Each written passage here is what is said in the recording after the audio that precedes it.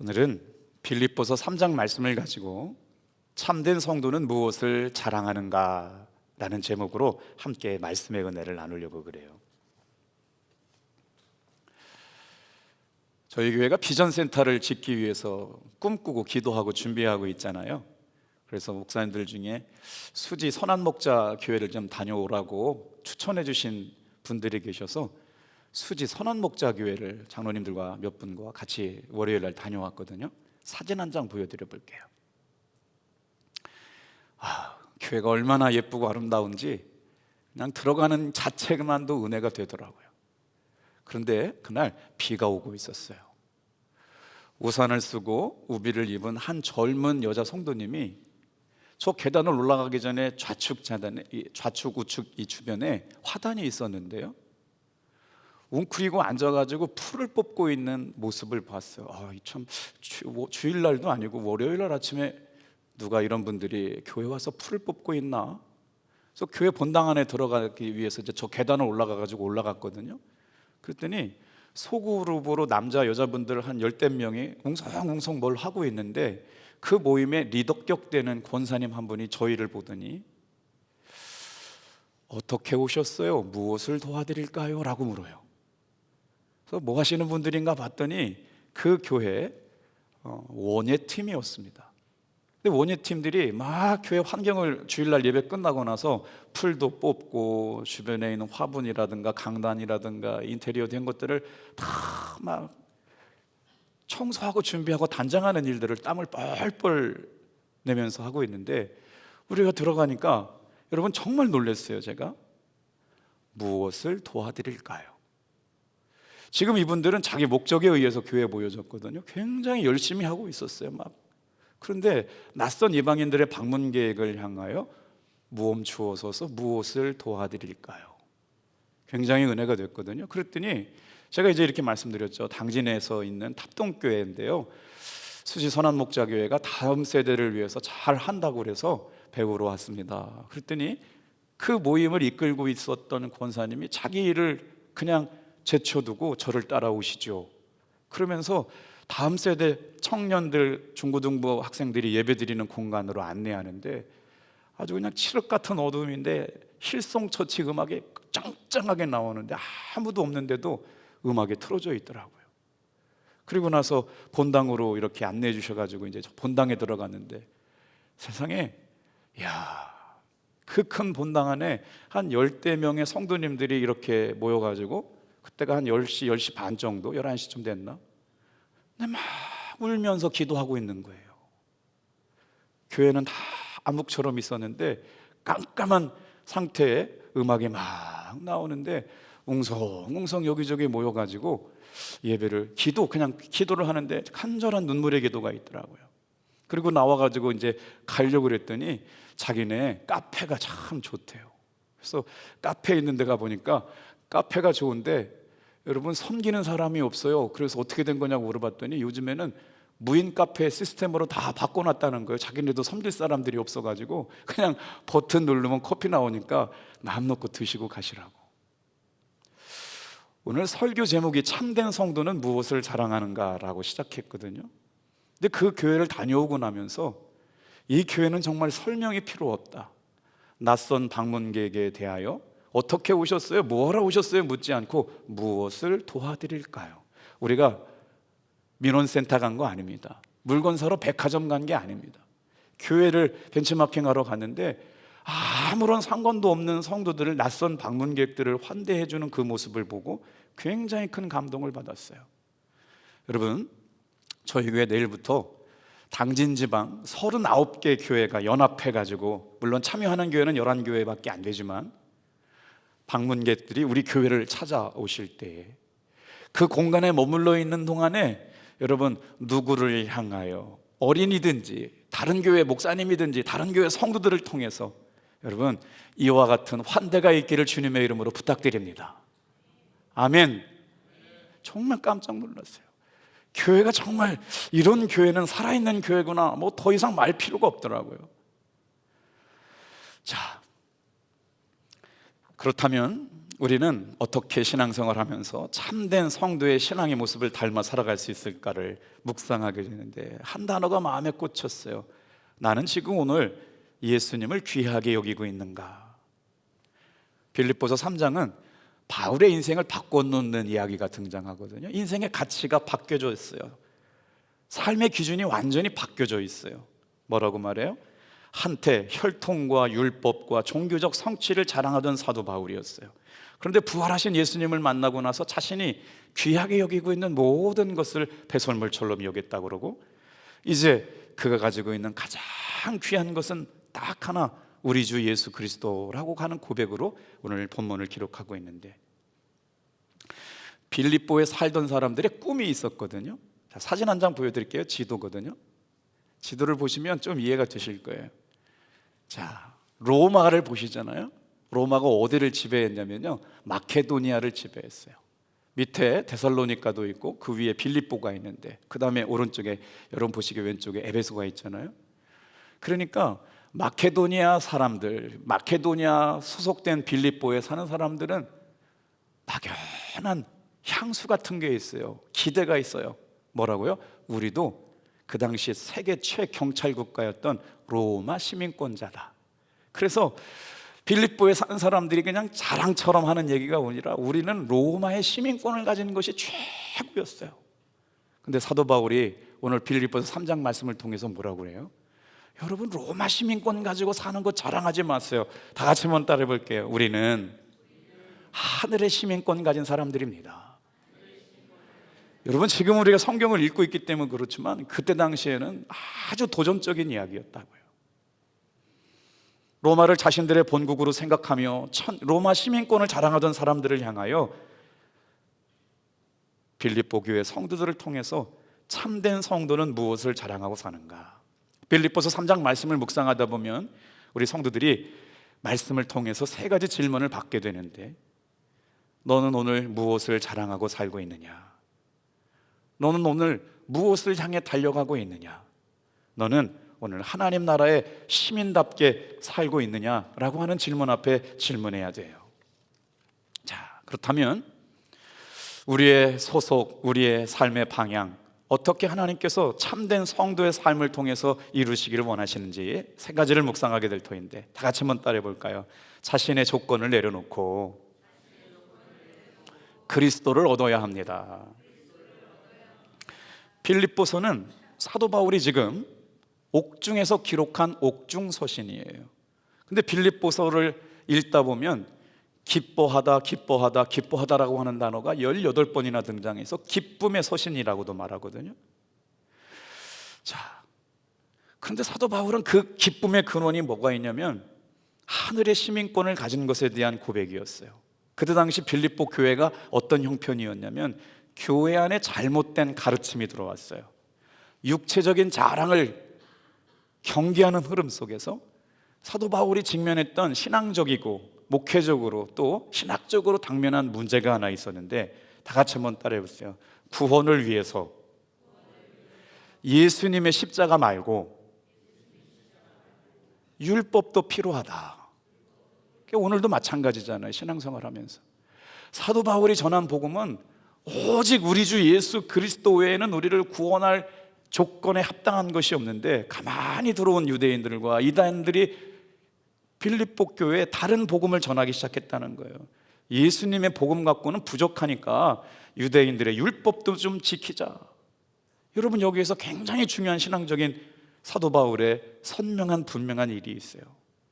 온전한 성도는 그리스도를 얻기 위해서 가고에 머물러 있지 않고 하나님의 은혜 보좌 앞에 나가면서 굉장히 중요한 진리를 깨달은 사람들인데, 다 같이 한번 따라하세요. 자신의 조건을 내려놓고 그리스도를 얻어야 한다. 그래서 사도 바울은 빌립보서 3장 3절에 하나님의 백성으로서 가져야 할 정체성이 무엇인지 말씀하고 있어요. 3절, 우리 같은 목소리를 한번 읽어보겠습니다. 3절 성경 보면서 읽을게요. 시작. 하나님의 성령으로 봉사하며 그리스도 예수로 자랑하고 육체를 신뢰하지 아니하는 우리가 곧 할례파라. 이 말씀을 읽었는데 마음에 아주 은혜가 되긴 되는데 이렇게 마음에 확 안 와닿아서, 여러분 성경 본문을 읽을 때 본문이 어려우면 메시지 성경책 옆에 성경책 메시지 성경으로 읽어보면 굉장히 쉬워요. 현대인의 성경으로 읽을 수 있고요. 제가 새번역 성경으로 한번 읽어드려 볼게요. 목사님, 새번역 성경도 살려면 돈이 들고 영어 성경 살려면 돈이 들잖아요. 그러면 어떻게 되느냐, 대한성서공회를 들어가셔서 역본절 비교를 누르면요 성경책 버전이 다 나와요.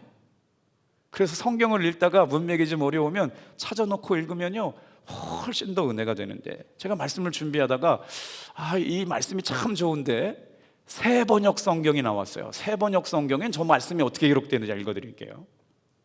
읽어보세요.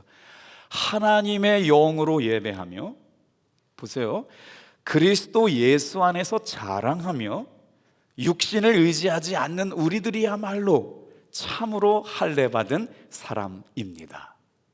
똑같은 말씀인데 쉽게 들리죠? 맞잖아요. 그래서 요즘 새번역 성경이 최근에 새로 나왔어요. 그래서 이게 시대에 따라서 계속 하나님의 말씀이 현대인들이 이해할 수 있는 버전으로, 본질은 바뀌지 않지만 조금씩 문법도 바뀌거든요. 하나님의 영으로 예배하며 그리스도 예수 안에서 자랑한다. 그러니까 빌립보 교회 성도들이, 참된 성도는 어떻게 하느냐, 다 같이 한번 따라해 볼게요. 그리스도 예수 안에서 자랑하라. 목회를 하다 보면 아침에는 슬픈 이야기를 듣고 간절한 기도 부탁을 받아요. 저녁 때는 다른 성도님이 와가지고 응답받은 기도의 제목을 가지고 목양실에 찾아올 때가 있어요. 우리 성도님들 가운데 지금 항암 투병하고 계시는 분들이 참 많이 계세요. 정말 제가 어제 안과 치료 때문에 병원에 가는데 이제 주사를 맞았거든요. 주사를 한 18분이 한 번에 같이 맞는데 18분 중에 제가 두 번째로 들어갔거든요. 이제 마취제를 넣고 그다음에 이제 큰 주사기로 안구 주사를 놓는데, 18명 중에 그 마취제를 들고 한 사람도 말을 안 해요. 그때마다 겸손해져요. 천국 문 앞에 있는 다 사람들 같아요. 아무도 말하지 않습니다. 저도 아무 말도 안 했어요. 회개 기도만 나요. 주님, 잘못 살았던 걸 다 용서해 주세요. 젊은 분도 있고 나이 드신 분들도 있는데 그 마취도 들고 이제 의사 선생님 진료실 들어가면 이제 눈에다가 콱 해가지고 주사를 맞아야 되는데 아무도 안 하고 침묵이 흘러요. 주사 한 대 맞는데도 이렇게 무거운 침묵이 흐르는데, 항암 투병 하시는 분들 머리가 빠지고 마음이 무너지고, 오늘 한 분 오셨다 가셨어요. 잘 들어보세요. 저에게도 큰 힘이 됐어요. 탑동교에 암이 걸려서 우리 교회 오셨대요. 우리 교회 지금 다니시던 분 아니고 암이 걸려서 요양차 당진에 정착하셨어요. 그런데 주일날 예배를 드리다가 한 말씀에 마음에 꽂혀서 정착을 하게 되셨대요. 사랑하는 성도 여러분, 주의 말씀을 열면 내게 빛이 비추어 우둔한 사람들을, 어리석은 사람들을 지혜롭게 하시나니. 여러분, 예배 생활 속에서 매일같이 아니더라도 한 주간에 한 번씩은 하나님의 말씀의 빛에 노출되어 살아가기를 축복합니다. 그래서 이분이 왜 오셨냐면 이사를 가게 되셨다는 거예요. 참 안타깝잖아요. 그런데도 목사님 감사한 건, 제가 와가지고 대장암 아주 아픈 상태로 오셨어요. 골반암이셨대요. 사기, 복막염, 복막암이라고 있어요. 근데 지금 그 암이 자라지 않아가지고 이제 항암 치료를 중단하게 되셨고, 아들들이 한 2년 동안 치료를 그렇게 정성스럽게 했는데 더 이상 아들들에게 엄마를 병수 바라는 걸 할 수가 없어가지고 병원 가까운 곳으로 이사 가게 됐는데, 기도해 두신 탑동교회 성도님들의 은혜를 잊을 수가 없어서 꼭 감사하다는 말씀 전하고 가겠습니다. 목사님 은혜와 사랑을 잊지 못하겠습니다. 그러면서 한 말씀 하신 게 그거예요. 병원에서 항암 치료 받고 집에 돌아오면 온몸에 진액이 다 빠져갖고 죽을 것 같으라는 거예요. 그리고 아들들한테도 얘기했대요. 이제 엄마 그만 못하겠다. 항암 치료 못 받을 것 같아. 이제 그만 포기하자. 그런데 말씀 들을 때 믿음의 말을 하고, 아들이 믿음의 말을 하고, 그때부터 신기한 게 내 뒤에 탑동교회 중보기도국에서 기도하는 사람들이 있다는 그 생각만 하면 힘이 나더랍니다. 할렐루야. 아니 그건 진짜예요. 당신이 너무너무너무너무 어려워서 야 이제 이거 항암치료 더 이상 못할 것 같아, 나 이제 그만하려고 그랬더니 어느 순간 말씀 한 구절 붙잡고 이사야서 42장 말씀 붙잡고 묵상하는 가운데 마음에 막 힘이 생기더라는 거예요. 그리고 내 뒤에 탑동교회 성도님들이 나를 위해서 기도하고 있는데 뭐가 두려운가 그러면서 마음에 힘이 이겨서 오늘까지 잘 승리했다고. 혹여나 여러분들 아시는 분 중에 항암 투병하는 분들, 여러분의 믿음의 말 한마디, 기도의 한마디가 힘으로도 다시 일어서게 될 줄로 믿습니다. 오늘 우리가 정말 중요하게 여기는 것은 뭘까요? 예수 그리스도를 통해서 힘을 얻는 거예요. 자, 2절 말씀 좀 한번 볼까요? 사도 바울이 아주 강하게 비판하는 이야기가 나와요. 자, 2절 말씀 여러분 성경 보고 읽을게요. 시작. 개들을 삼가고 행악하는 자들을 삼가고 몸을 상해하는 일들을 삼가라. 왜 이런 말씀하시는 거예요? 예수 믿는 것 갖고 부족하니까 할례 받아야 된다는 거예요. 율법 지켜야 된다는 거예요. 믿음으로 말미암아 구원받는 게 아니고 거기다가 하나만 더 첨가하자는 거예요. 율법도 좀 첨가하고 할례도 좀 첨가하자. 사도 바울이 전한 복음과 다른 복음이에요. 사랑하는 성도 여러분, 우리의 영혼을 위한 구원은 오직 예수 그리스도를 믿음으로 말미암아 구원받는 구원 안에 충분한 줄로 믿습니다. 여러분, 율법을 완성하시기 위해서 오신 분이에요. 그런데 옛날 율법으로 돌아가자고 하니까 사도 바울이 눈물로 지금 종교적인 족경과 행위가 구원이 아니라 하나님께서 진실하게 원하시는 것이 바로 그것이다. 뭐예요? 하나님으로, 하나님의 영으로 예배하고 그리스도 예수 안에서 자랑하며 육신을 의지하지 않는 우리야말로 참으로 할례받은 사람이기 때문에 이게 바로 하나님의 참된 구원받은 백성의 모습이에요. 따라해 볼게요. 하나님의 영으로 예배하고 그리스도 예수 안에서 자랑하며 육신을 자랑하지 않는 사람들. 자, 그러면서 이어지는 말씀이 구구절절이 은혜가 됩니다. 사도 바울은 왜 그렇게 예수님을 자랑하게 되었을까요? 나 같은 죄인 살리신 예수님 자랑하는 이유에 대해서, 왜 구원받은 성도가 예수님 자랑해야 되는지, 사도 바울이 자기가 육체적으로 자랑할 게 얼마나 많았는지를 고백해요. 5절 6절 읽어보세요. 아주 오랜만에 읽는 부분이니까 함께 읽어도 좋을 것 같아요. 5절 6절 읽어볼게요. 시작. 나는 8일 만에 할례를 받고 이스라엘 족속이요 베냐민 지파요 히브리인 중에 히브리인이요 율법으로는 바리새인이요 열심으로는 교회를 박해하고 율법의 의로는 흠이 없는 자라. 그러나 무엇이든지 내게 유익하던 것을 내가 그리스도를 위하여 다 해로 여겼다. 자, 볼까요?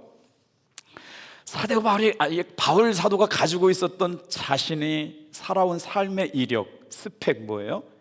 바울은요 유대 사회의 최고 수준의 교육을 받았어요. 낳자마자 8일 만에 할례를 받은 정통파 유대인이었어요. 그리고 나서 무슨 지파예요? 이스라엘의 초대 왕 사울이 태어난 지파, 베냐민 지파 출신입니다. 왕가의 혈통을 타고난 사람이에요. 히브리어를 능통했어요. 헬라어에 능통해가지고요. 율법, 이스라엘 사람들이 가장 귀하게 여기는 율법에 능통한 사람이었어요. 가마리엘 문화에서 공부했어요. 로마 시민권자예요. 그러니까 어느 것 하나도 사도 바울한테 명함 내놓을 사람이 없어요. 가질 수 있는 것 다 가진 금수저 중에 금수저였다는 거예요. 자, 7절이요. 같이 읽어보겠습니다. 시작. 그러나 무엇이든지 내게 유익하던 것을 내가 그리스도를 위하여 다 해로 여길 뿐더러. 그렇게 스펙이 많은 이가 자기가 가지고 있는 걸 다 해로운 것으로 여겼다는 거예요. 여기에서 해로운 것이라고 여기는 게 무슨 말인가? 무슨 말이냐면요, 회계장부에다가 기록을 해놨어요. 이거는 유익이 되는 것, 이거는 손해를 끼치는 것, 회계장부에다가 기록해놨대요. 그것이 무슨 말이냐면 부활하신 예수님을 만나면서 사도 바울의 인생의 장부가 새롭게 기장되기 시작했다는 거예요. 옛날에 자기에게 유익이 됐던 것들은 다 똥처럼 배설물처럼 벗어버리고 뭐라고요? 내 인생에 새로운 인생 기록부가 써져 가는데 그 중에 으뜸 중에 으뜸이 뭐냐? 우리 주 예수 그리스도이다. 할렐루야. 철저하게 율법에 철저했던 바리새인 중에 바리새였던 이 사람이 내가 예수 그리스도를 얻기 위하여 다른 것들은 다 버리기로 마음먹었다. 버려야 할 찌꺼기, 쓰레기, 배설물을 뭘로 여겼다는 거예요. 이게 율법이에요. 오직 은혜로 말미암아 구원받는 우리가 그래서 뭘 알기 원했어요? 다 같이 한번 따라해 볼게요. 예수 그리스도를 알기 위하여. 다른 것은 다 배설물처럼 여겼어요. 예수 그리스도를 알기 위하여. 예배 시간마다 예수 그리스도를 아는 역사가 일어나기를 축복합니다. 주일 예배 끝나고 지난 주일날 오후 5시에 당진지방 연합 여름 성경학교에 모이는 교회들 10개, 11교회 모여서 기도합니다. 기도합시다. 우리 교회 빼놓고 다른 교회 3명 왔어요.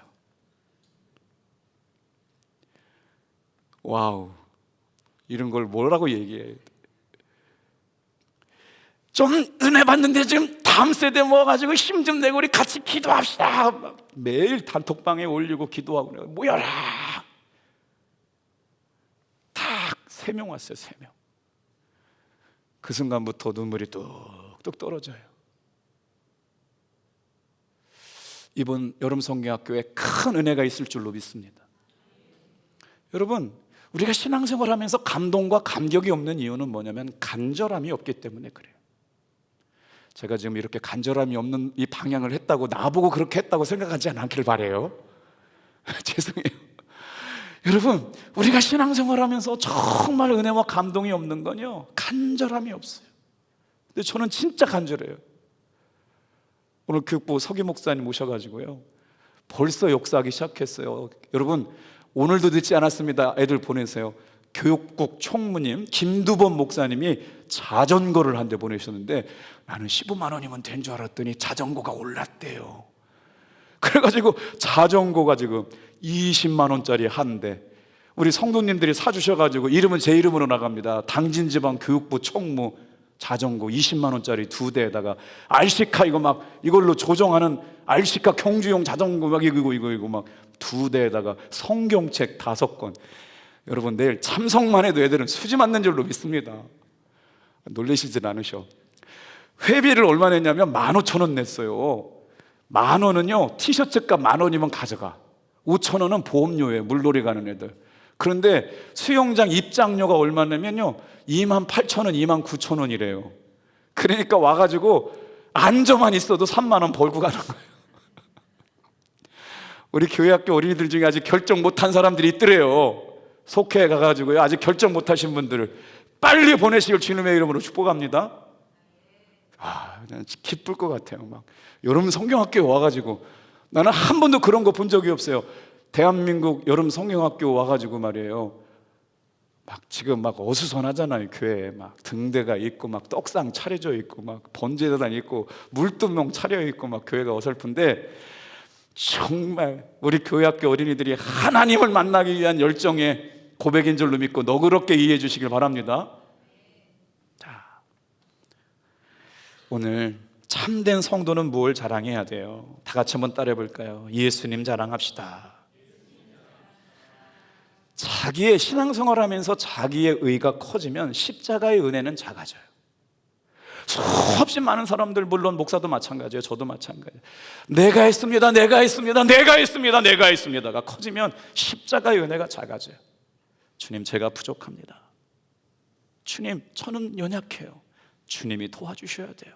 그러면 은혜는 점점 커지게 될 줄로 믿습니다. 어느 순간 우리가 신앙생활하면서 내가 했습니다. 그러면 십자가의 은혜가 작아져요. 그래서 우리가 뭐 해야 돼요? 참된 성도는요, 오직 예수님만 자랑하는 성도님들 다 되시길 주님의 이름으로 축복합니다. 나를 살리신 십자가의 은혜만 자랑하겠습니다. 그래서 선생님들 모아놓고 기도해야 되는데 저만 간절해 막 눈물이 뚝뚝 나더라고요. 기대가 돼요. 할렐루야. 자, 참된 성도는 어떻게 살아가야 돼요? 자신의 모든 것 내려놓고 예수 그리스도만 드러나게 해야 돼요. 자, 두 번째 한번 따라해 볼게요. 과거에 머물지 말고 표대를 향해 달려가야 합니다. 여러분, 사도 바울이 얼마나 위대한 사도였냐면요, 예수님 성경책 쓰지 않으셨어요. 사도 바울이 16권, 17권, 17권이라고 하는 건 히브리서까지 사도 바울의 저자로 보기 때문에 그런데 히브리서는 아니잖아요. 그렇기 때문에 성경책 66권 말고 39권 중에 16, 17권을 사도 바울이 쓰신 책이라고 할 때 얼마나 27권 중에 얼마나 많은 것들을 사도 바울이 기록했어요. 위대한 사도였어요. 수많은 교회를 세웠어요. 복음을 전하다 감옥에 갇혔어요. 그런데 사도 바울의 신앙 고백 좀 볼까요? 빌립보서 3장 12절 말씀이에요. 같이 읽어볼게요. 빌립보서 3장 12절 말씀 시작. 내가 이미 얻었다 함도 아니요 온전히 이루었담도 아니다.